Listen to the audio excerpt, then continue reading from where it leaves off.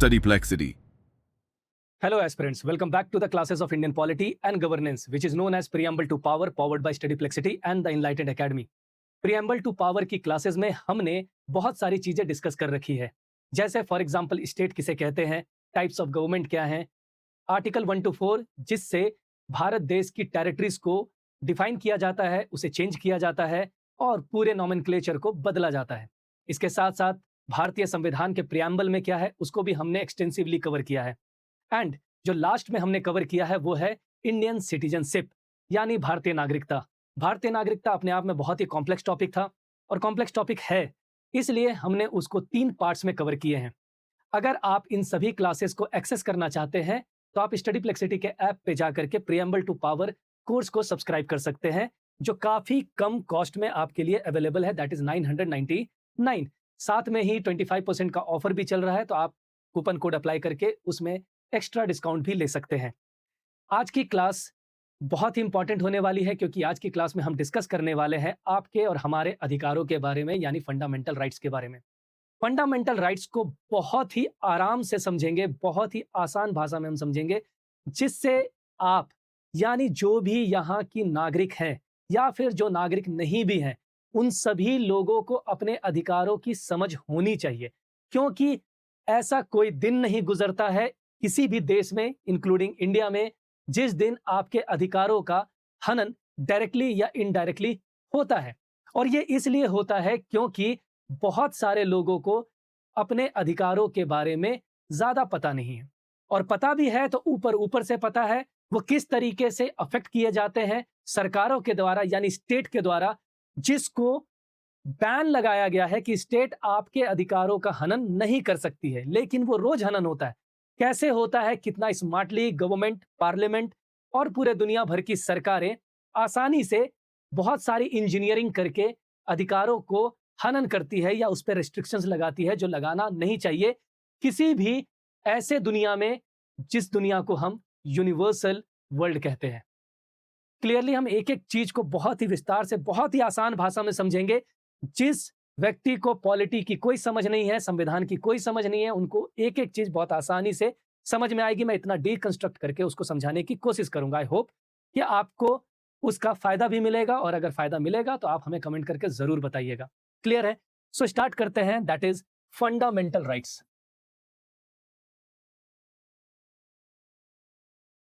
Fundamental rights की जो topic है वो काफी लंबी चलने वाली है, क्योंकि इसमें बहुत सारे पार्ट्स हैं और उसको हम अलग अलग अलग टुकड़ों में कर करके आपको समझाएंगे। क्लियर है? जिससे आप किसी भी पूरे भारत देश में कोई भी एग्जाम दे रहे हैं, आपका एक क्वेश्चन भी मिस नहीं होगा। दूसरी चीज, कितना भी डेप्थ और कितनी भी इंजीनियरिंग कोई भी आयोग कर ले, आपके पास इतनी समझ होगी कि अगर आप किसी फैक्ट्स को नहीं भी जानते हैं या नहीं भी याद है, आप आंसर को डिकोड कर सकते हैं। ये मेरा आपसे पर्सनल गारंटी है, आपको धीरे धीरे करके समझ में भी आने लगेगा। फंडामेंटल राइट को हिंदी में मौलिक अधिकार कहते हैं। मौलिक अधिकार, अधिकार यानी राइट्स बहुत बड़ी चीज है। इतनी बड़ी चीज है जिसकी उद्गम या जिसका उद्गम आज नहीं हुआ, 1950 में नहीं हुआ। ये उस समय हो गया जिस समय एक आधुनिक मानव यानी मॉडर्न ह्यूमन बीइंग अस्तित्व में आया। बहुत ही डिटेल में हम बैकग्राउंड को भी समझेंगे मॉडर्न ह्यूमन बीइंग, और समझेंगे कि आखिर ये जो राइट्स है, राइट्स का कॉन्सेप्ट है, वो क्यों पिक्चर में आया और क्यों संविधान बनाने की जरूरत पड़ गई इन्हीं मौलिक अधिकारों की सुरक्षा करने के लिए।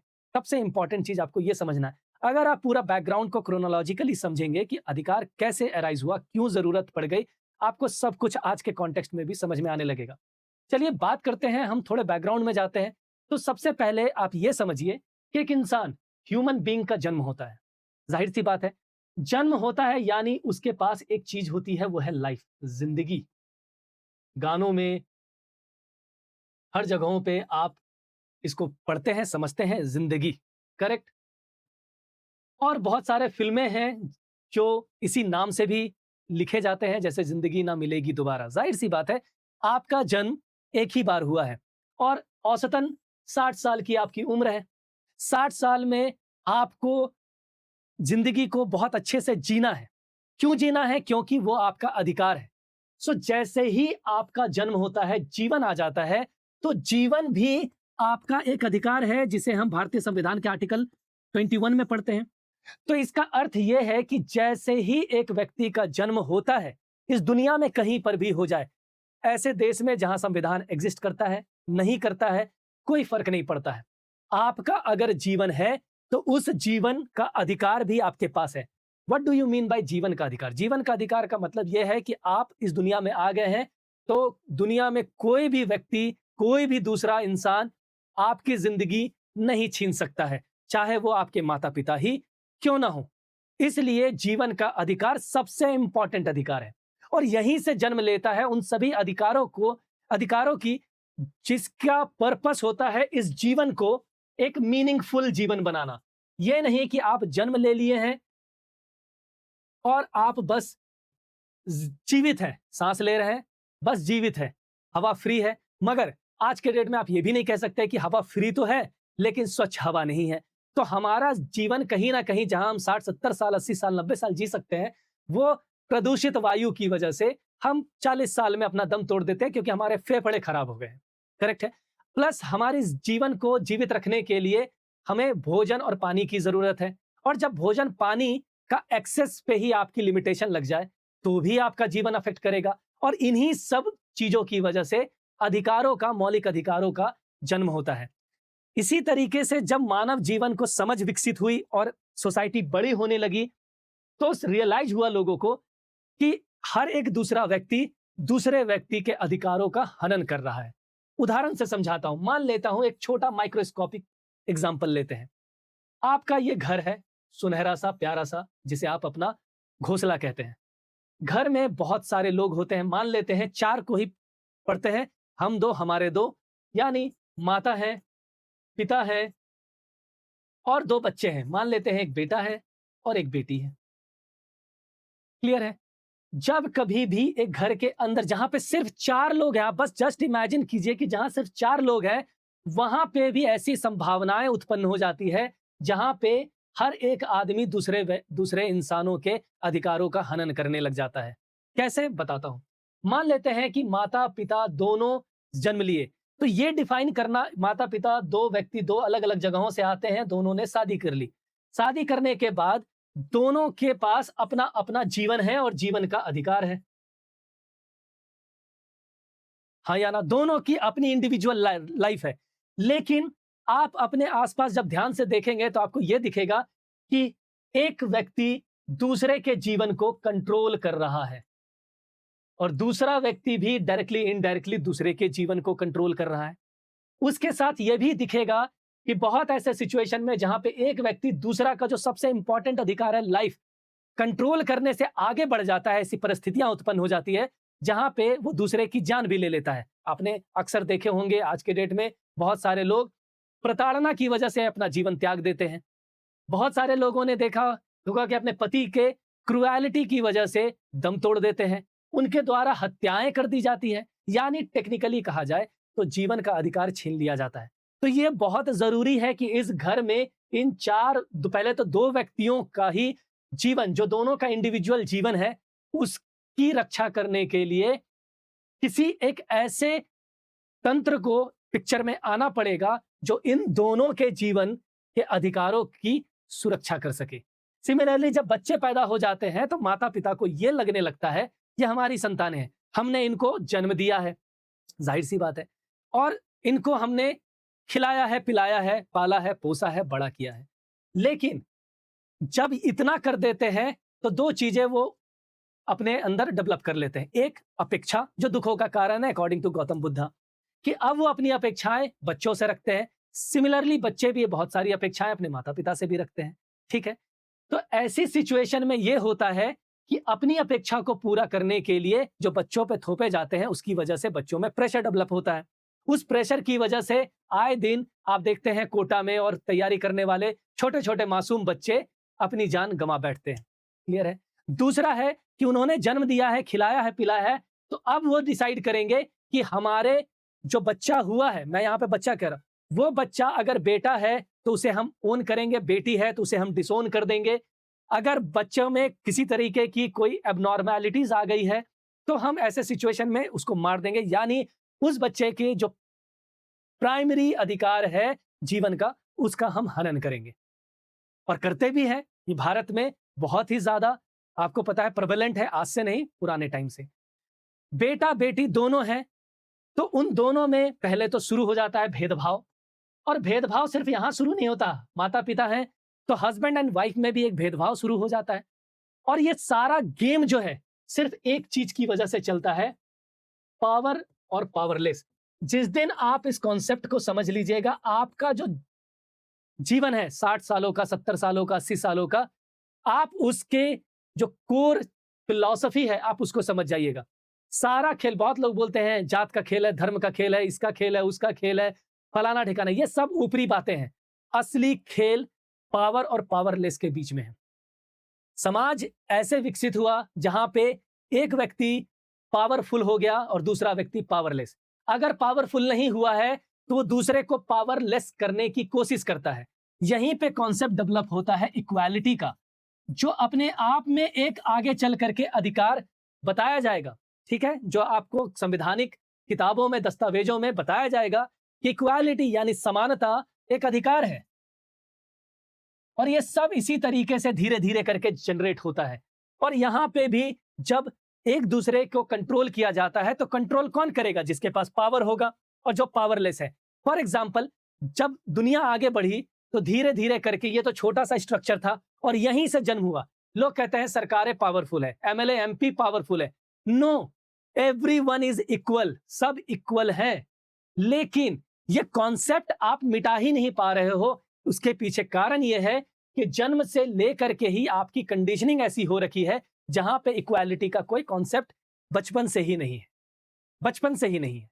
क्योंकि वहां पे ही बता दिया जाता है, वहां पे ही समझा दिया जाता है कि कौन पावरफुल है और कौन पावरलेस है। जो पावरफुल है वो पावरफुल है, और वो जो बाकी बचे हुए हैं वो उसके कंपैरिजन में वो ज्यादा पावरफुल है और बाकी के लोग पावरलेस है।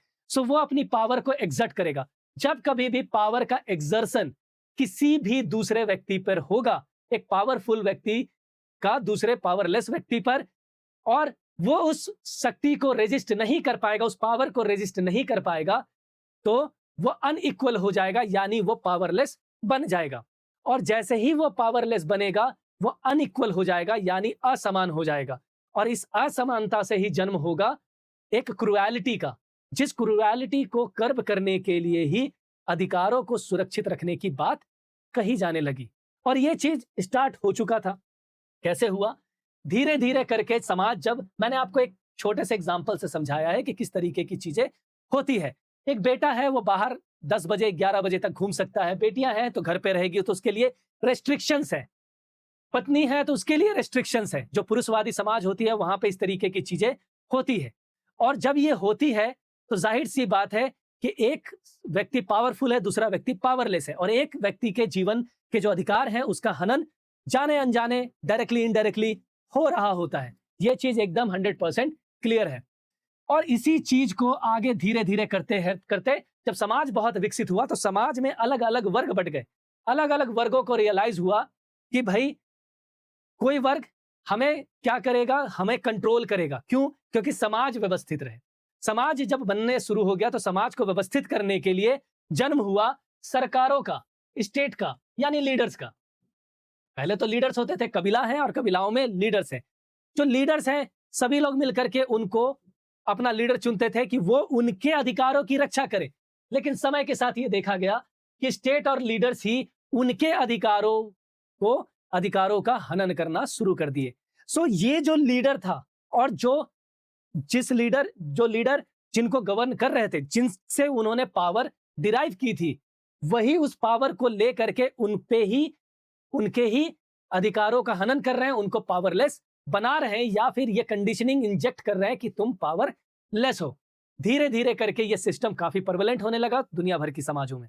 जब ये समाज में परवेलेंट हुआ तो ये रियलाइज हुआ कि हमें हर एक इंडिविजुअल के अधिकारों की रक्षा करने के लिए कुछ कानून या कुछ व्यवस्थाएं होनी चाहिए। और व्यवस्थाओं की बात करें तो 1754 बीसीई में आपको पता है कि कोड ऑफ हम्मुराबी, मेसोपोटामिया में कोड ऑफ हम्मुराबी बनाया गया। ऑलरेडी संविधान जब बना था तो वहां उसकी भी शुरुआत यहीं से हुई थी क्योंकि अगर आप ये ट्रेस करना चाहते हैं कि why constitution exist in this world, पूरे दुनिया भर में संविधान क्यों एग्जिस्ट करता है और संविधान इतना इंपॉर्टेंट क्यों है, तो आपको पता चलेगा कि इतिहास में जो सबसे पहली ओरिजिन संविधान की हुई है वो कोड ऑफ हम्मुराबी से हुई है। और अगर फंडामेंटल राइट के ओरिजिन की भी बात करेंगे, आप उद्गम की बात करेंगे, तो वो भी कोड ऑफ हम्मुराबी से हुई है।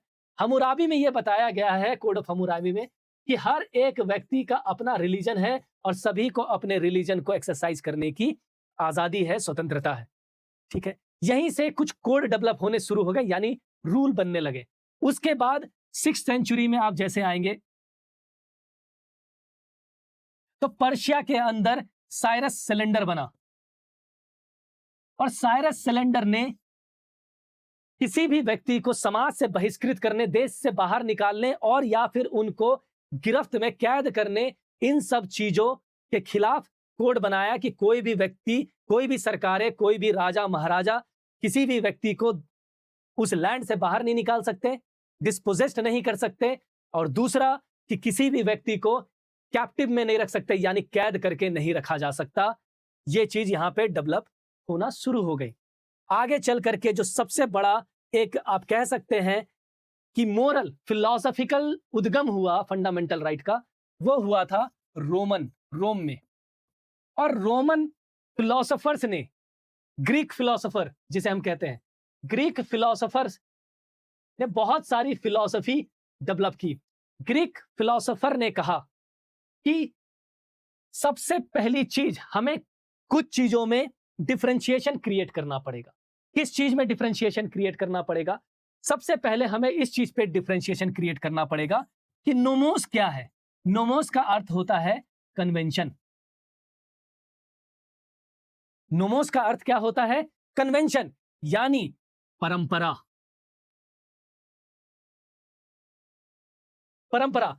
और इसके इतर फिजिसिस, ये दूसरी चीज होती है, यानी जिसे कहते हैं नेचर, प्रकृति। इन दोनों में सबसे पहले हमें डिफरेंस क्रिएट करना पड़ेगा कि कुछ चीजें इस दुनिया में प्राकृतिक है, यानी फिजिसिस है, नेचर है, और कुछ चीजें हैं जो कन्वेंशन है, परंपरा है। दोनों एक चीज नहीं है, दोनों अलग है। प्राकृतिक रूप से इस दुनिया में हर एक व्यक्ति जिनका जन्म हुआ है वो सभी प्राकृतिक नेचर के होते हैं, यानी they are the basically natural being. वो क्या होते हैं? Natural being. और हर एक नेचुरल बीइंग के पास अपने जीवन का अधिकार होता है, प्लस उनके अधिकारों और उस नेचुरल बीइंग आपस में कॉर्डियल रिलेशन में रहते हैं, और उसी कॉर्डियल रिलेशन को समय के साथ साथ वो परंपराएं बन जाती है, कन्वेंशन बन जाती है। लेकिन इन दोनों में एक विभाजन रहेगा कि हमेशा एक नेचुरल बीइंग जो पोजेस करता है, जिसके पास अधिकार होता है, उसे किसी भी कन्वेंशन से खत्म नहीं किया जा सकता। कोई भी परंपरा, ऐसी कोई भी परंपरा, जैसे सती प्रथा एक परंपरा थी जो इंसान के प्राकृतिक अधिकारों यानी नेचुरल राइट्स के खिलाफ, जो जीवन का अधिकार है उसको अंत कर रहा था, क्योंकि आपके पति की डेथ हो गई है तो आपका इस जीवन में रहना कोई मायने नहीं रखता। तो परंपरा को ही लोग नेचुरल कन्वेंशन मान के बैठे हुए थे। तो सबसे पहली बार रोमन फिलोसोफर्स ने इस चीज को, ग्रीक फिलोसोफर ने इस चीज को अलग करना शुरू किया कि नेचर यानी physis and nomos both are very different thing and we should have to differentiate between this two thing. जब तक इंसानों को इन दो चीजों में फर्क नहीं पता चलेगा, तब तक एक इंसान की जो प्राकृतिक राइट्स है, अधिकार है, नेचुरल राइट्स है, उसका हनन होता रहेगा परंपरा के नाम पर। और हुआ भी है, हुआ भी है। आपको सब कुछ पता है, आपने इतिहासों में पढ़ रखा है, ये हुआ है।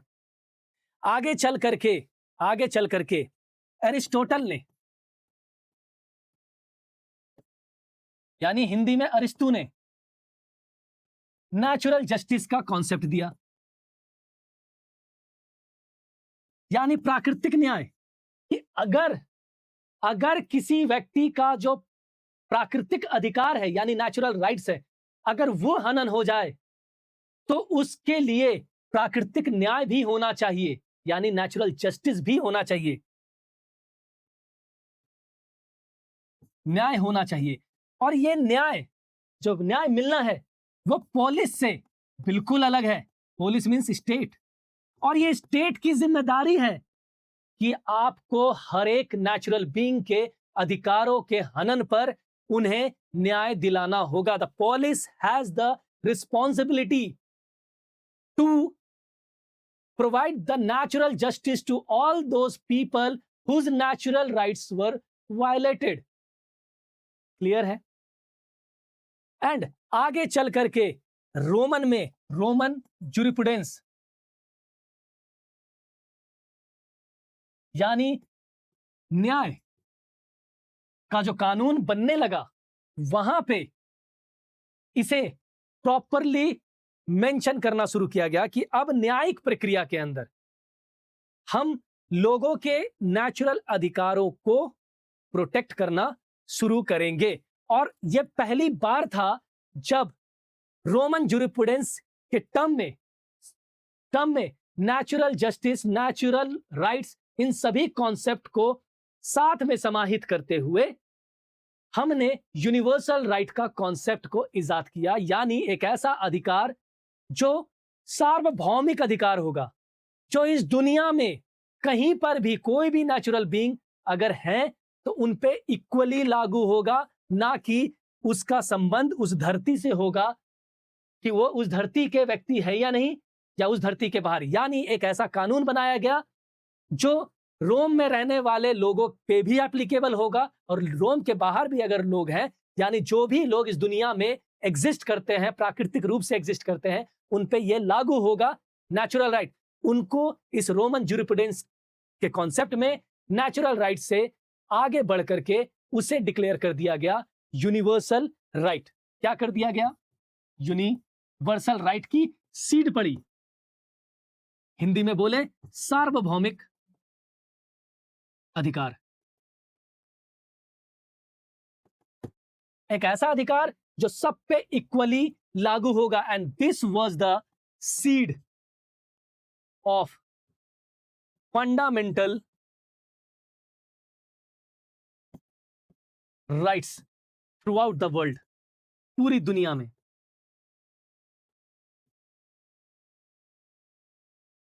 और यहीं से जन्म होता है एक कॉन्सेप्ट का जिसे कहा जाता है जस्ट नेचुरल, यानी law of the nature, and jus gentium, यानी लॉ ऑफ द लैंड।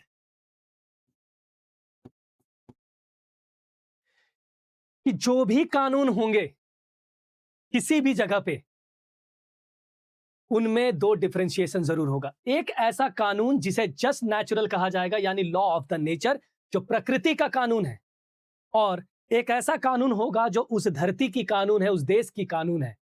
ये this is going to applicable for the entire universe. ये पूरे दुनिया में, ब्रह्मांड में सभी लोगों पर इक्वली लागू होंगे, और ये जो है उस देश में लागू होंगे जिस देश में ये बनाया गया कानून है। और इन्हीं दोनों के समागम जो है, इन्हीं दोनों के समागम के बाद ही आप किसी भी लोगों के, किसी भी नेचुरल बीइंग या नेचुरल ह्यूमन बीइंग के अधिकारों की रक्षा कर सकते हैं। This is the concept which is born from the Roman philosophers, from the idea of the Roman philosophers. Clear है? Now come to the point. जब ये सारी चीजें हुई, फिलोसॉफिकल डेवलपमेंट हुई, तो धीरे धीरे करके एक ऐसा फेज आता है जिसे सबसे पहली बार डॉक्यूमेंट किया गया। और वो फेज क्या था? वो फेज था 1215 का फेज, जब इंग्लैंड के अंदर साइन किया गया। आपको भी पता है, जिसे मैग्ना कार्टा कहा जाता है। मैग्ना कार्टा 1215 में इंग्लैंड के किंग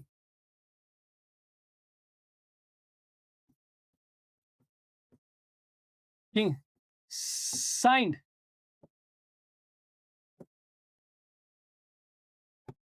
इंग्लैंड के किंग ने साइन किया मैग्ना कार्टा को 1215 ईस्वी में। और 1215 ईस्वी में जब यह साइन किया गया तो कुछ चीजें इंश्योर करी गई। क्या इंश्योर करी गई? कि किसी भी व्यक्ति को, no person will be captured, किसी भी व्यक्ति को कैप्चर्ड और इम्प्रिजन्ड, कैद नहीं किया जा सकता एक्सेप्ट बाय अ लॉ, बिना कानून के किसी को भी नहीं कैद करके रखा जा सकता है। ये जो किंग ऑफ इंग्लैंड यानी किंग जॉन ने जब साइन किया तो वहां पे जो बोरोन थे उनके प्रेशर में आकर के इन्होंने साइन किया कि राजा किसी कानून से ऊपर नहीं हो सकता, यानी कोई भी सरकार, कोई भी राजा किसी कानून से ऊपर नहीं हो सकता। सो हमेशा एक कानून सर्वोच्च होगा उस देश में और बिना कानून के किसी को भी कैद करके नहीं रखा जा सकता, यानी कैद करना एक व्यक्ति के अधिकारों का उल्लंघन है। और यह पहली बार था, फर्स्ट डॉक्यूमेंटेड, पहली बार अधिकारों को सुरक्षित करने के लिए डॉक्यूमेंट किया गया था और यहीं से एक रिटन कॉन्स्टिट्यूशन का जन्म होता है। क्लियर है? आगे चल करके इंग्लैंड के अंदर बहुत सारे डेवलपमेंट्स हुए, जैसे 1628 में petition of right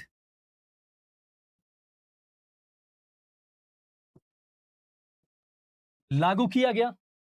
petition of right का मतलब क्या था? कि अधिकार, अगेन अधिकारों के लिए पिटीशन। इसमें दो बातें कही गई मुख्य रूप से। पहली कि अनपार्लियामेंट्री यानी गैर संसदीय, और अनपार्लियामेंट्री टैक्सेशन सरकारों के द्वारा नहीं लगाया जा सकता। और दूसरी बात थी कि कोई भी सरकार या कोई भी पार्लियामेंट किसी को भी इम्प्रिजन्ड नहीं कर सकता, यानी कैद नहीं कर सकता। बहुत बड़ी बात है, बहुत बड़ी बात है, इसलिए इसको लिखवा रहा हूं आपको कि 1628 में जब इंग्लैंड में पिटीशन ऑफ राइट लागू किया गया, साइन लागू किया गया, उस समय लोगों को यह अधिकार दिया गया कि कोई भी सरकार, कोई भी पार्लियामेंट आपको कैद नहीं कर सकती है बिना लॉ बनाए हुए। जैसे फॉर एग्जांपल सरकारों का काम क्या है? सरकारों का काम है अपने देश को चलाना। सरकारें टैक्स लगा देती है। अंग्रेज जब आए थे भारत देश में तो क्या कर रहे थे? टैक्स ही तो लगा रहे थे। आप कहते कि अरे भाई सरकार है तो ये टैक्स लगाना हमारे अधिकारों का उल्लंघन थोड़ी है, क्योंकि उन्हें देश चलाने के लिए पैसा चाहिए और वो टैक्स लगा सकती है। आज की भी पूरे दुनिया भर में अलग अलग तरीके से टैक्स लगाया जाता है। इनकम टैक्स जो डायरेक्ट टैक्स होता है, इनडायरेक्ट टैक्स जैसे जीएसटी होते हैं, पेट्रोल में टैक्स होते हैं, ये सारे टैक्स लगाए जाते हैं सरकारों के द्वारा। तो उस समय यह कहा गया कि सरकार यानी जो राजा महाराजा बैठे हुए हैं वो बिना पार्लियामेंट के पारित किए हुए लॉ के बिना टैक्सेशन नहीं लगा सकते, टैक्स नहीं लगा सकते। अंग्रेजों ने भी टैक्स लगाया तो पार्लियामेंट के द्वारा पारित किए हुए कानूनों के तहत ही टैक्स लगाया। आज भी देश में टैक्स लगते हैं तो पार्लियामेंट के द्वारा पारित हुए कानूनों के आधार पर सरकारें टैक्स निर्धारित करती है और टैक्स लगाया जाता है। सो टैक्स लगाना, मान लेते हैं किसी के पास पैसे नहीं है लेकिन जबरदस्ती आपसे टैक्स वसूला जा रहा है, तो कभी कभी टैक्स एक्सटॉर्शन का भी काम हो जाता है, यानी क्या बोलते हैं उसको, हफ्ता वसूली का भी काम हो जाता है कि वसूली की जा रही है, एक्सटॉर्शन हो रहा है कि आपको टैक्स देना पड़ेगा और अगर आप टैक्स नहीं देते हैं तो आपको कैद कर लिया जाएगा। इन दोनों चीजों से सुरक्षा देने का काम किया गया पिटीशन ऑफ राइट, कि एक व्यक्ति पे अगर टैक्स लगाया जा रहा है तो ये वो व्यक्ति अपने पैसों को लेकर के डिमांड करेगा कि आप इस पैसे में हमें क्या दे रहे हैं। सो ये बहुत बड़ा अधिकार है। अदरवाइज एक व्यक्ति 100 रुपए कमाएगा, 30 रुपए उसके इनकम टैक्स के नाम पे ले लिया जाएगा और बाकी के 30 रुपए उससे इनडायरेक्ट टैक्स के नाम पे ले लिया जाएगा, जो लिया जाता है आज आपके भारत में लिया जा भी रहा है। 60% यानी 100 रुपए कमाई का 60 रुपए चला गया, तब आप उन सरकारों से पूछेंगे इसके बदले आप हमें दे क्या रहे हैं? नीट एग्जाम में घोटाला, उसको कर्म नहीं किया जा रहा है। रोड पे चलने पे हमें टोल टैक्स देना पड़ रहा है, जबकि रोड बनाने की जिम्मेदारी आपकी है, क्योंकि हम ऑलरेडी टैक्स आपको दे रहे हैं उस रोड को बनाने के लिए, इंफ्रास्ट्रक्चर क्रिएट करने के लिए। सो जब हम ये 60 रुपए अपना मेहनत करके कमा रहे हैं और उस पर टैक्स लगा लिया जा रहा है, तो उस टैक्स के बदले में हमें मिल क्या रहा है? ये आपका अधिकार है सरकारों से पूछना। सरकारों से पूछने का मतलब पार्लियामेंट से पूछना, और पार्लियामेंट मतलब आप खुद हैं, क्योंकि आपने ही पार्लियामेंट में लोगों को भेजा है इतना हेफ्टी टैक्स लगाने के लिए। तो इस चीज से मुक्ति के लिए 1628 में पिटीशन ऑफ राइट बनाया गया। क्लियर है? आगे चल करके इंग्लैंड के अंदर ही 1679 में हेबियस कॉर्पस एक्ट लागू किया गया। हेबियस कॉर्पस आपको भी पता है, आज के डेट में रिट पिटीशन फाइल होती है तो सुप्रीम कोर्ट और हाई कोर्ट के पास यह अधिकार होता है कि वो रिट जारी करे। उन्हीं रिट्स में से परमादेश में से एक परमादेश होता है बंदी प्रतीक्षण, ठीक है, that is habeas corpus act. और इसका अर्थ यह है कि अगर किसी व्यक्ति को डिटेन कर लिया गया, मान लेते हैं कैद कर लिया गया, तो कैद तो कर लिया गया, तो कैद नहीं करने के अधिकार है। लेकिन अगर कैद कर लिया गया, क्योंकि हो सकता है वो कोई क्राइम किया हो, किसी वजह से डिटेन कर लिया गया हो, तो उसके डिटेंशन के खिलाफ भी हमारे पास ये अधिकार है कि हम सरकार से या जो भी कानून बना रहे हैं उनसे या न्यायपालिका से गुहार लगा सकते हैं कि ये डिटेंशन फेयर है या नहीं है, और उसको डिटेन किया गया है तो उसे छोड़ने का अधिकार है। जैसे सोनम वांगचुक को डिटेन कर लिया गया, तो उनके पास भी अधिकार है कि हेबियस कॉर्पस एक्ट के तहत हमें रिहा किया जाए। आ रही है बात समझ? ये लगाया गया। 10 साल के बाद 1689 में एक लैंडमार्क डेवलपमेंट होता है ब्रिटेन के अंदर और लागू किया जाता है इंग्लिश बिल ऑफ राइट्स, जिसने इंग्लैंड के अंदर parliamentary supremacy they the. What do you mean by parliamentary supremacy? सरकार यानी एग्जीक्यूटिव यानी कार्यपालिका सबसे शक्तिशाली एंटिटी नहीं होगी, क्योंकि सरकार चलाने के लिए, एग्जीक्यूट करने, पॉलिसी को एग्जीक्यूट करने के लिए बनाया गया है। लेकिन सबसे जो सुपर होगा, सबसे ज्यादा पावरफुल कोई होगा तो वो जनता होगी, क्योंकि जनता पार्लियामेंट के अंदर लोगों को चुन करके भेज रही है, यानी जनता का प्रतिनिधित्व कहां पे होगा? पार्लियामेंट में होगा। तो संसद की सुप्रीमेसी होगी। क्लियर है? इसके साथ साथ फ्री इलेक्शन, और अगर हम संसद में लोगों को भेज रहे हैं तो यह भी सुनिश्चित करना पड़ेगा कि लोग खुद से ही संसद में जाकर के ना बैठ जाए। सो लोगों ने जिनको चुन करके भेजा है, हमें पता था कि यह व्यक्ति इस आइडियोलॉजी का है, हमने इनको चुन करके भेजा है, तो फ्री और फेयर इलेक्शन होने चाहिए जिससे हम उनको बिल्कुल अनबायस्ड ट्रांसपेरेंट तरीके से पार्लियामेंट में भेजे, तभी तो पार्लियामेंट की सुप्रीमेसी होगी। क्लियर है? इसके साथ साथ यहां पे फ्रीडम ऑफ एक्सप्रेशन जैसे अधिकारों को सुनिश्चित किया गया, और यहां से ही बहुत सारे अधिकारों की कैटेगराइजेशन, जिसको कहते हैं, अलग अलग अधिकारों को एक्सटेंड करना शुरू किया, जो सबसे स्टार्टिंग में लाइफ और एक डिग्निफाइड लाइफ तक सीमित था। धीरे धीरे करके अभिव्यक्ति की आजादी, फ्री एंड फेयर इलेक्शन की आजादी, पार्लियामेंट की आजादी, यानी ultimately the power is in the hands of people. वो अलग बात है कि आज के डेट में आप भारत देश के संसद में देखेंगे तो लोगों ने उस व्यक्ति को चुना जिसने सामने वाले व्यक्ति को गाली दिया, उसकी आइडियोलॉजी से अलग थे। चुनने के बाद वो व्यक्ति वापस उसी में आ जाते हैं जिसको लोगों ने गाली दिया था, जिसकी पार्टी को लोगों ने गाली दिया था। आप टीएमसी का एग्जाम्पल जान रहे हैं। अलग अलग जगहों पे पार्टियों के लोग हैं, उनको चुनकर आप भेज रहे हैं उस पार्टी से, उस आइडियोलॉजी से, और फिर वो अपने निजी फायदे के लिए अपना पाला बदल ले रहे हैं। इससे क्या हो रहा है? फ्री एंड फेयर इलेक्शन तो है, लेकिन आपने जिनको चुना है वो कहीं ना कहीं फ्री एंड फेयर इलेक्शन को भी अनफेयर कर दे रहा है। इसका मतलब यह है कि आपके हाथों से पावर लेकर के वो वहां गए और वहां जाने के बाद उन्होंने पाला बदल लिया। इस चीज के लिए आपके पास क्या हथियार है? आपके पास आपके वोट करने का अधिकार है।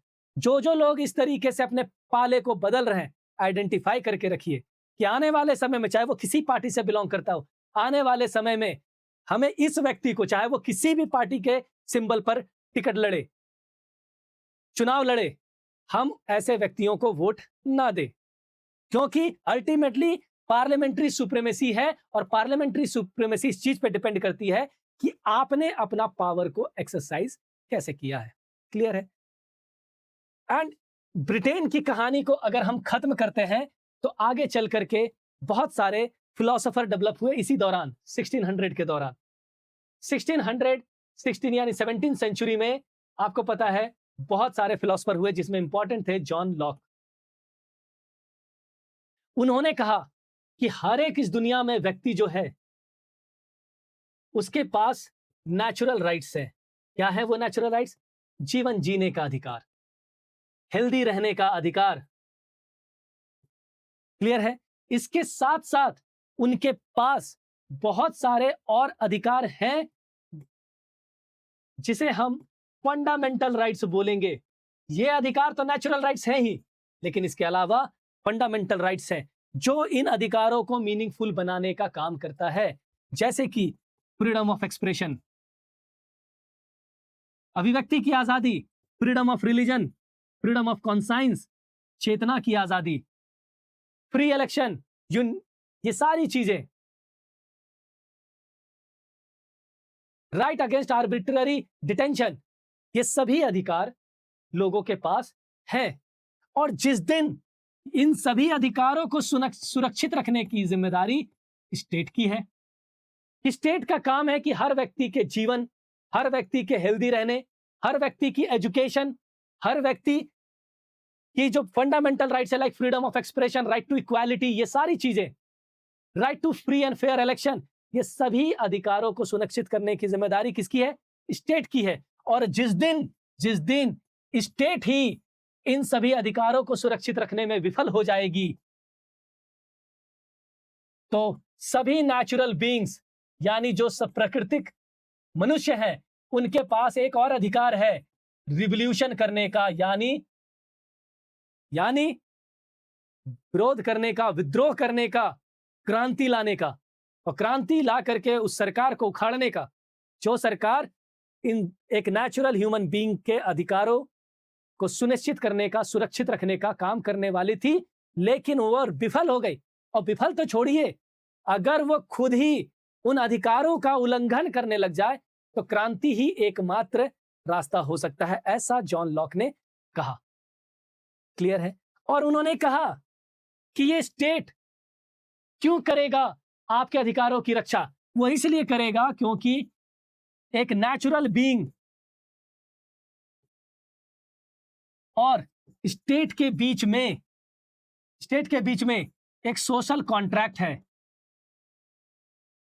जिस कॉन्ट्रैक्ट के तहत इसकी जिम्मेदारी है कि नेचुरल बीइंग के अनएनिएलेबल राइट्स, यानी एक ऐसे अधिकार जो उससे अलग नहीं किया जा सकता, एक ऐसे अधिकार जो उसका मूलभूत अधिकार है, उसको सुरक्षित रखने का काम स्टेट है।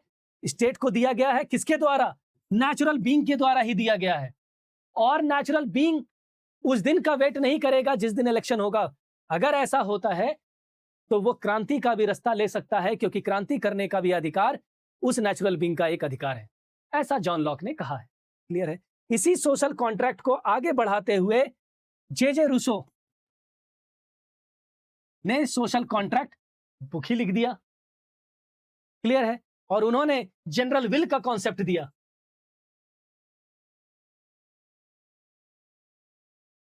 क्लियर है?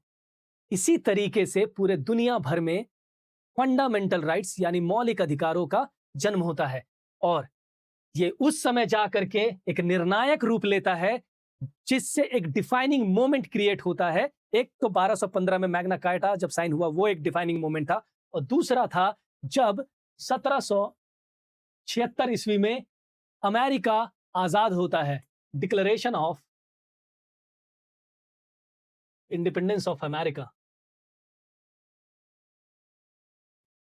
अमेरिका आजाद होता है, और यहां पे इस डिक्लेरेशन में लोगों को, जो भी अमेरिका के अंदर लोग हैं, उनको राइट टू इक्वालिटी,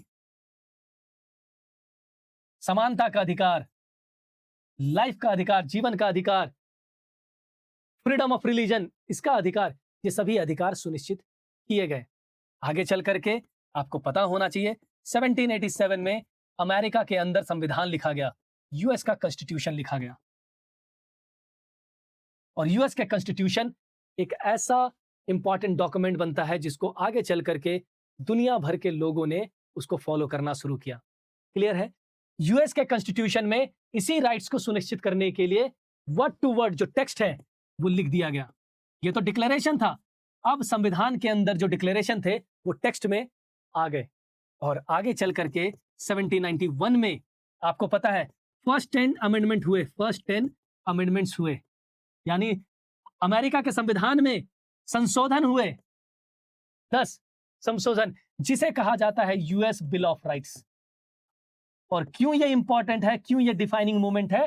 क्योंकि पहले 10 अमेंडमेंट करने के बाद जिसे यूएस बिल ऑफ राइट्स बोला जाता है, उसमें एक लिस्ट ऑफ फंडामेंटल राइट लिख दिया गया, जैसे कि right to life, right to equality, समानता का अधिकार, जीवन का अधिकार, right to freedom of expression,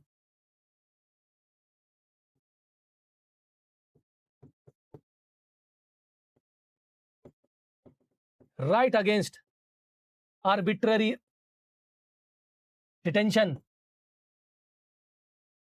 right to education. बहुत सारे अधिकार लिख दिए गए, बहुत सारे अधिकार लिख दिए गए। राइट टू हेल्थ, ये सभी अधिकार फर्स्ट 10 अमेंडमेंट में लिख दिए गए। और भारत के संविधान में जब भाग 3 यानी पार्ट 3 को जोड़ा जाता है तो उसके टेक्स्ट भी जब आप देखेंगे, इसलिए कहा जाता है कि फंडामेंटल राइट्स जो इंडिया के कॉन्स्टिट्यूशन में बोरो किया गया है वो अमेरिका के संविधान से बोरो किया गया है, यहां से बोरो हुआ। इसके आगे चल करके जब सेकेंड वर्ल्ड वॉर, ये क्योंकि हम अभी देख रहे हैं 1791 का टाइम है, जब आगे चल करके फ्रांस के अंदर 1789 में उनके राइट्स, उन्होंने अपने फंडामेंटल राइट्स को वहां पे लिखना शुरू किया। आगे चल करके जब वर्ल्ड वॉर 2 खत्म हुआ तो जो भी लोगों के अमेरिका के अंदर, ब्रिटेन के अंदर, जितने भी यूरोपियन कंट्रीज थे वहां के अंदर, फ्रांस के अंदर जितने भी लोगों के फंडामेंटल राइट्स थे वो सब वायलेट हुए उस लड़ाई में। और उसके बाद यूनाइटेड नेशन का चार्टर डेवलप हुआ 1945 में, और फिर universal declaration of human right, UDHR, universal declaration of human right, जिसे लिखने का काम किया एलिनोर रूजवेल्ट ने। कब? 1948 में। वहां से जन्म होता है ह्यूमन राइट की, यानी मानव अधिकार की, और यहीं से एक पूरा फ्रेमवर्क डेवलप होता है फंडामेंटल राइट का। अगर हम बात करें, ये तो है पूरे दुनिया भर में किस तरीके से फंडामेंटल राइट पिक्चर में आता है, क्यों जरूरत पड़ी फंडामेंटल राइट की और क्यों जरूरत पड़ी संविधान की। जो संविधान आप देखते हैं वो कुछ नहीं है, इन्हीं लोगों, व्यक्तियों के फंडामेंटल राइट को प्रोटेक्ट करने की बात करता है। सिमिलरली भारत के अंदर, इंडिया के अंदर भी एक हिस्टोरिकल डेवलपमेंट हुआ। फॉर एग्जाम्पल, आपको पता होना चाहिए 1895 ईस्वी वो पहला टाइम था जब कांग्रेस ने, इंडियन नेशनल कांग्रेस ने पहली बार रिजोल्यूशन पास किया था फंडामेंटल राइट का। पहली बार रिजोल्यूशन पास किया फंडामेंटल राइट का, याद रखिएगा क्योंकि एग्जाम में क्वेश्चन पूछा जाता है। फर्स्ट टाइम इंडिया में फंडामेंटल राइट की जो डिमांड थी वो 1895 से शुरू होती है। क्लियर है? और आगे चल करके 1925 में फंडामेंटल राइट को किसके द्वारा? एनी बेसेंट के द्वारा लागू किया जाता है। एनी बेसेंट के द्वारा डिमांड करी जाती है पहली बार। यहाँ पे 1925 जब होम रूल लीग 1916 में बना, उसके बाद ये काफी ज्यादा डेवलपमेंट था, और एनी बेसेंट आयरलैंड के कॉन्स्टिट्यूशन के बिहाफ पर फंडामेंटल राइट की डिमांड करती है। आगे चल करके 1928 की बात है, 1928 जब आपको पता है नेहरू रिपोर्ट, अलग बात है इसे एक्सेप्ट नहीं किया गया, नेहरू रिपोर्ट बनाया गया, तो यहाँ पे एक लिस्ट ऑफ फंडामेंटल राइट को इंश्रीन किया गया, उसके बारे में चर्चा करी गई कि ये fundamental rights, right to equality, right to religion, ठीक है, right against caste based discrimination, जो बेसिकली था कि सेक्स के आधार पर, जेंडर के आधार पर और रिलीजन के आधार पर, ये 3 सिर्फ पैरामीटर लिखा गया था नेहरू रिपोर्ट में कि इस 3 आधारों पर किसी के साथ भेदभाव नहीं किया जाएगा, कोई डिस्क्रिमिनेशन नहीं किया जाएगा, जैसे अमेरिका के संविधान में लिखा हुआ था, इक्वालिटी और डिस्क्रिमिनेशन पे बैन लगाया हुआ था। यहाँ पे भी नेहरू रिपोर्ट के अंदर बात करी गई, फ्रीडम ऑफ एक्सप्रेशन की बात करी गई, राइट टू इक्वालिटी की बात करी गई, ये सब चीज, राइट टू फ्री एजुकेशन की बात करी गई। फ्री एजुकेशन की अगर हम बात करेंगे, right to education, right to education याद रखिएगा, राइट टू एजुकेशन की अगर बात कीजिएगा तो भारत देश में एजुकेशन को एक मौलिक अधिकार के रूप में सबसे पहली बार नेहरू रिपोर्ट में ही मेंशन किया गया था। क्लियर है। और आगे चल करके 1931 में आपको पता है कि इंडियन नेशनल कांग्रेस का कराची सेशन होता है, और कराची सेशन में जिसकी अध्यक्षता कौन करते हैं, सरदार वल्लभ भाई पटेल, और वहां पे एक रिजोल्यूशन पास किया जाता है। दैट रिजोल्यूशन को कहा जाता है, प्रस्तावना पारित करी जाती है, resolution of fundamental right and economic programme, economic programme, इसको पारित किया जाता है, जहां पे एक लंबी लिस्ट ऑफ फंडामेंटल राइट, इसके साथ साथ वो सारे कंपोनेंट भी थे जो डायरेक्टिव प्रिंसिपल्स के अंदर, यानी राज्य के नीति निर्देशक तत्व के अंदर, जो पॉलिटिकल अधिकार, राजनीतिक अधिकार के साथ साथ आर्थिक अधिकार, सामाजिक अधिकार को भी सुरक्षित रखने के बारे में जिक्र करता है। इसके बाद आगे चल करके आपको पता है कि भारत देश के अंदर कैबिनेट मिशन आता है, जो जिसके तहत संविधान सभा को गठित किया जाता है, और एक कमिटी बनाई जाती है 1945 में, that is Sapru commission, Sapru committee. और सप्रू कमिटी को ये काम दिया जाता है कि पॉलिटिकल, यानी राजनीतिक, political, economic and social rights Bharat के संविधान में किस प्रकार से होंगे, उसके बारे में आप ड्राफ्ट कीजिए चीजों को। और उसके बाद सप्रू कमीशन के ही वजह से इन्होंने दो हिस्सों में चीजों को डिवाइड किया, कहा कि एक जस्टिसिएबल राइट होना चाहिए और एक नॉन जस्टिसिएबल राइट होना चाहिए, नॉन जस्टिसिएबल राइट होना चाहिए। जस्टिसिएबल राइट का मतलब यह है कि जिसका अगर उल्लंघन होता है तो उसके लिए हम डायरेक्टली कोर्ट के पास जा सकते हैं, जो न्यायिक रूप से उसकी हम मांग कर सकते हैं। नॉन जस्टिसिएबल राइट्स वो राइट्स होंगे, वो अधिकार होंगे जो आपको नहीं मिल रहे हैं, तो उसके लिए आप डायरेक्टली कोर्ट में नहीं जा सकते हैं अगेंस्ट द स्टेट। इसको जब संविधान बना तो पार्ट 4 में ऐड किया गया, और इसको पार्ट 3 में, और इसको कहा गया फंडामेंटल राइट्स, और इसको कहा गया डीपीएसपी, जो सोशल राइट और इकोनॉमिक राइट के बारे में बात करता था, और पॉलिटिकल राइट को शामिल किया गया part 3 of the Indian constitution में। जब संविधान सभा बन गई तो वहां पे एडवाइजरी कमेटी भी बनाई गई कि संविधान के अंदर किस तरीके से हम फंडामेंटल राइट, डायरेक्टिव प्रिंसिपल, इन सारी चीजों को ऐड ऑन करेंगे। तो एडवाइजरी कमेटी बनाई गई, और एडवाइजरी कमेटी की अध्यक्षता कर रहे थे सरदार वल्लभ भाई पटेल। यह भी एग्जाम में क्वेश्चन आता है।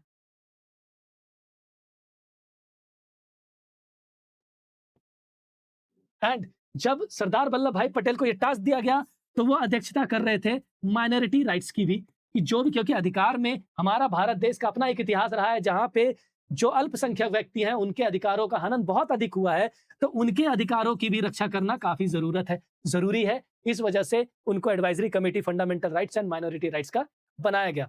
आगे चल करके संविधान 1950 में लागू किया जाता है, और जब संविधान लागू किया जाता है तो संविधान के भाग 3 में मौलिक अधिकारों को शामिल किया गया, और भाग 4 में राज्य के नीति निर्देशक तत्व, यानी directive principle of state policy को शामिल किया गया, जो इकोनॉमिक और सोशल राइट्स के बारे में बात करता है, और फंडामेंटल राइट्स जो एक व्यक्ति का नेचुरल राइट है, यानी प्राकृतिक अधिकार है, इसके साथ साथ एक मौलिक अधिकार है, एक राजनीतिक अधिकार है, उसको सुरक्षित रखने के लिए part 3 and part 4 of the constitution में इस चीज की चर्चा की गई। This is all about the fundamental right की एक introduction. This class is completely dedicated to the fundamental rights की इंट्रोडक्शन पे बात है कि क्यों फंडामेंटल राइट, यानी क्यों मौलिक अधिकार इतना जरूरी है। अब हम इस चीज पे चर्चा करते हैं कि जिस तरीके से पूरे दुनिया भर में चीजों का जन्म हुआ, जैसे फॉर एग्जांपल आपके पास जीवन का अधिकार है। जीवन का अधिकार मैंने घर के एग्जांपल से बताया। अब आप एक स्टेट, एक बहुत बड़े लार्जर टेरिटरी पे आ गए हैं जहां पे 140 करोड़ की आबादी है। हर व्यक्ति जन्म के साथ ही कुछ अधिकार ले करके ही वो जन्म लेता है, जैसे जीवन का अधिकार है, और मीनिंगफुल जीवन का अधिकार है, डिग्निफाइड लाइफ का अधिकार है। इसके साथ साथ इसको मीनिंगफुल बनाने के लिए जरूरी है कि हमारे पास स्वच्छ हवाएं होनी चाहिए, स्वच्छ पानी होनी चाहिए, जिससे हमारी जीवन सुरक्षित रहे। ये जीवन का अधिकार कोई यूं ही क्षति ना कर सके, डायरेक्टली या indirectly. For example NEET examination में बहुत सारी गड़बड़ियां हुई जिसकी वजह से पेपर लीक हुए। पेपर लीक होने की वजह से अभी तक रिपोर्ट किए गए हैं कि 10 से अधिक स्टूडेंट्स ने अपनी जान ले ली, यानी अपना जो उसका एक नेचुरल राइट था वो भी चला गया। इसमें यह जरूरी हो जाता है कि किसकी वजह से ये अधिकार गए हैं। जाहिर सी बात है, सरकार की वजह से ये अधिकार गए हैं। इसीलिए कोई भी राइट, कोई, ये पूरा इतिहास इसलिए बताया गया कि आप एज अ जनता सिटीजन बनना चाहते हैं तो आपको एक बात समझ में आनी चाहिए, जो यूपीएससी का क्वेश्चन भी है, कि fundamental rights are against the state, हमेशा सरकार के खिलाफ होता है। Fundamental rights are against the state, और स्टेट की जिम्मेदारी होती है कि वो इस राइट्स को सुरक्षित रखे। अगर नहीं रखा जाता है तो अगेंस्ट द स्टेट काम होता है। इसलिए जितने भी फंडामेंटल राइट बताए गए हैं उन्हें दो भागों में डिवाइड किया गया है, negative fundamental rights and positive fundamental rights. Negative fundamental rights वो राइट्स है जो एक व्यक्ति को यह अधिकार देता है कि स्टेट की इंक्रोचमेंट, क्योंकि अल्टीमेटली पावरफुल ही पावरलेस के अधिकारों का हनन करेगा। तो ऐसी सिचुएशन में this rights are against the state, हमेशा स्टेट के खिलाफ होता है। और कुछ ऐसे अधिकार हैं जो प्राइवेट इंडिविजुअल्स के खिलाफ होते हैं, और उस अधिकारों को, जैसे राइट टू अनटचेबिलिटी यानी अछूत के विरुद्ध जो अधिकार है, उसके लिए स्टेट की जिम्मेदारी है कि वो कानून बना करके उसको इन्फोर्स करने का काम करे। These are the positive right, जिसके लिए सरकार को एक्शन लेना पड़ेगा। लेकिन अक्सर आपने देखा होगा भारत के कॉन्टेक्स्ट में अक्सर लोगों के मौलिक अधिकारों का हनन होता है। हनन की बात अगर मैं कहूं तो सिर्फ हनन यहां तक सीमित नहीं है कि आपको उठाया और अरेस्ट कर दिया। हनन की बात यह है कि जब आपकी एक जीवन, जो जीवन जीने के लिए बनी है, life is meant for living, it's not meant for struggling. आज आप पैसा कमाने के लिए स्ट्रगल कर रहे हैं, आज आप पैसा बचाने के लिए स्ट्रगल कर रहे हैं, आज आप साफ हवा लेने के लिए स्ट्रगल कर रहे हैं, आज आप रोड पे अच्छे से चलने के लिए स्ट्रगल कर रहे हैं, आज आपके पास पैसे होते हुए भी आप वो सर्विसेज नहीं एक्सेस कर पा रहे हैं जो आपको मिलनी चाहिए थी, जिससे आपका जीवन एक मीनिंगफुल बन सकता था। आज आप टेंशन में हैं तो आपका ब्रेन, आपकी हेल्थ कॉम्प्रोमाइज हो रही है, आप मानसिक रूप से प्रताड़ित हैं, आप चीजों को लेकर के जो भारत देश के अंदर अपने अधिकारों, फ्री एंड फेयर इलेक्शन जो आपका अधिकार है, उसको एक्सरसाइज करना चाहते हैं, लेकिन वो एक्सरसाइज नहीं हो रहा। अक्सर अलग अलग तरीकों से डायरेक्टली आप अपनी गाड़ी खरीदते हैं, उसमें पेट्रोल भराते हैं, आपको पता नहीं होता है कि उसमें इथेनॉल है। इथेनॉल की वजह से आपकी गाड़ी जो कंपैटिबल नहीं है उसमें भी आप इथेनॉल डालते हैं। क्यों? क्योंकि अभी उसको मैंडेटरी कर दिया गया है हड़बड़ाहट में। ये ऑप्शन देना चाहिए था सरकारों को कि आपने अपने मेहनत की कमाई से, अपने संघर्षों से गाड़ी खरीदी है, वो अभी E20 के लिए एप्लीकेबल नहीं है, वो गाड़ी कंपैटिबल नहीं है। तो मेरे पास ये होना चाहिए जिसमें कोई भी इथेनॉल ब्लेंडिंग नहीं है, पेट्रोल वो डाला जाए। ये गाड़ी E20 कंपैटिबल है तो इसमें वो पेट्रोल डाला जाए जिसमें E20 है। ये ना करके आपकी गाड़ी खराब हो जाती है। प्लस पेट्रोल उससे सस्ता होना चाहिए, वो पेट्रोल महंगा हो जाता है। प्लस अलग अलग तरीकों से आपके फंडामेंटल राइट्स का वायलेशन होता है। राइट टू एजुकेशन आपका अधिकार है, लेकिन एजुकेशन के लिए आपको कोचिंग इंडस्ट्री पे डिपेंड करना पड़ता है, हमारे जैसे कोचिंग इंडस्ट्री पे डिपेंड करना पड़ता है। बहुत ऐसी चीजें हैं जो डायरेक्टली इनडायरेक्टली आपके फंडामेंटल राइट्स हर दिन, हर सुबह से लेकर के रात तक वायलेट होते हैं, जहां पे आपकी जिंदगी के दारोमदार सिर्फ आपके ऊपर है, जबकि आपकी जिंदगी की दारोमदार और आपके अधिकारों को सुरक्षित रखने की जिम्मेदारी सरकारों को आपने दे रखी है। जिसके लिए आप सरकारों को चुनते हैं, सरकारों में लोगों को बैठाते हैं, वो कानून बनाते हैं, और कानून में भी ऐसे कानून होते हैं जो डायरेक्टली इनडायरेक्टली आपको समझ नहीं आता तो वायलेट होते हैं। So it's very necessary for a citizen to understand कि फंडामेंटल राइट आखिर होता क्या है और किस तरीके से हर दिन आपके अधिकार अफेक्ट होते हैं सरकारों की पॉलिसी से। इसलिए सरकारों की पॉलिसी, सरकार, पार्लियामेंट के नंबर गेम्स, हर एक चीज पर आपकी नजर होनी चाहिए, जिससे जिस दिन संसद भवन के अंदर कोई कानून बनता है और कानून जब लागू किया जाता है, उसका इंपैक्ट आपके नेचुरल राइट और फंडामेंटल राइट पे क्या पड़ रहा है, इस चीज की जानकारी आपको उस समय तक नहीं हो सकती जब तक आप फंडामेंटल राइट को बहुत ही डिटेल में नहीं समझते हैं। इसलिए फंडामेंटल राइट अपने अधिकारों को और या फिर भारत के संविधान को समझना जरूरी है, क्योंकि संविधान को भी परिवर्तित किया जाता है अपने हिसाब से, जिसकी समझ आप में नहीं होती है। इसलिए जब संविधान का संशोधन हो, आपको यह पता होना चाहिए कि उस संविधान संशोधन का इंपैक्ट आपके मौलिक अधिकारों पर क्या पड़ेगा। हम जब फंडामेंटल राइट पढ़ेंगे तो आप देखेंगे ऐसे अनेकों एग्जाम्पल्स आप देखेंगे जहां पे जिसको आपने चुन करके भेजा है पार्लियामेंट में, उन्होंने ही आपके फंडामेंटल राइट को कर्टेल करने के लिए कैसे कैसे संविधान संशोधन भूतकाल में कर रखे हैं, और आने वाले समय में ऐसे संविधान संशोधन हो भी सकते हैं जिससे आपके मौलिक अधिकारों का हनन होगा, और सब बहुत धीरे धीरे होता है, इसलिए इसकी समझ एक आम इंसानों को नहीं होती है।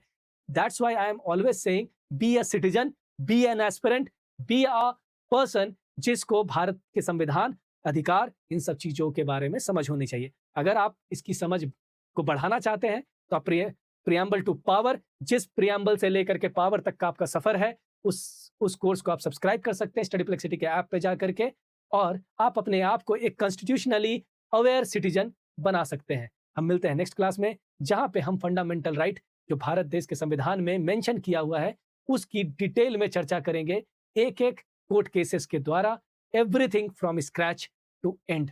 क्लियर है?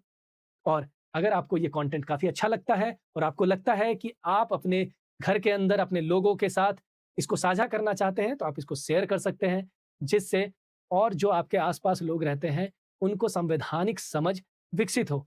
मैं बहुत आसान भाषा में कोशिश कर रहा हूं कि आपको समझाऊं, जिससे आपकी समझ संविधान के प्रति, लॉ के प्रति, कानून के प्रति इतनी विकसित हो कि आप चीजों का चयन, निर्णय बहुत ही अवेयर सिटीजन की तरह करें।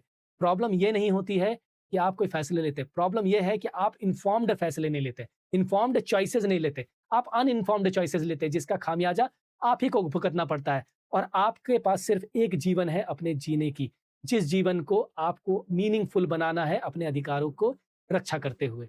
इसलिए जरूरी है कि लोगों के पास कॉन्स्टिट्यूशनल अवेयरनेस, पॉलिटिकल अवेयरनेस ये काफी ज्यादा होनी चाहिए। पॉलिटिकली अवेयर तो हैं ही लोग थोड़े बहुत, लेकिन कॉन्स्टिट्यूशनली अवेयरनेस काफी कम है लोगों में। अगर आप चाहते हैं तो आप इस वीडियो को उनके साथ शेयर कर सकते हैं, और अगर आपने चैनल को सब्सक्राइब भी नहीं किया है तो आप सब्सक्राइब कर सकते हैं।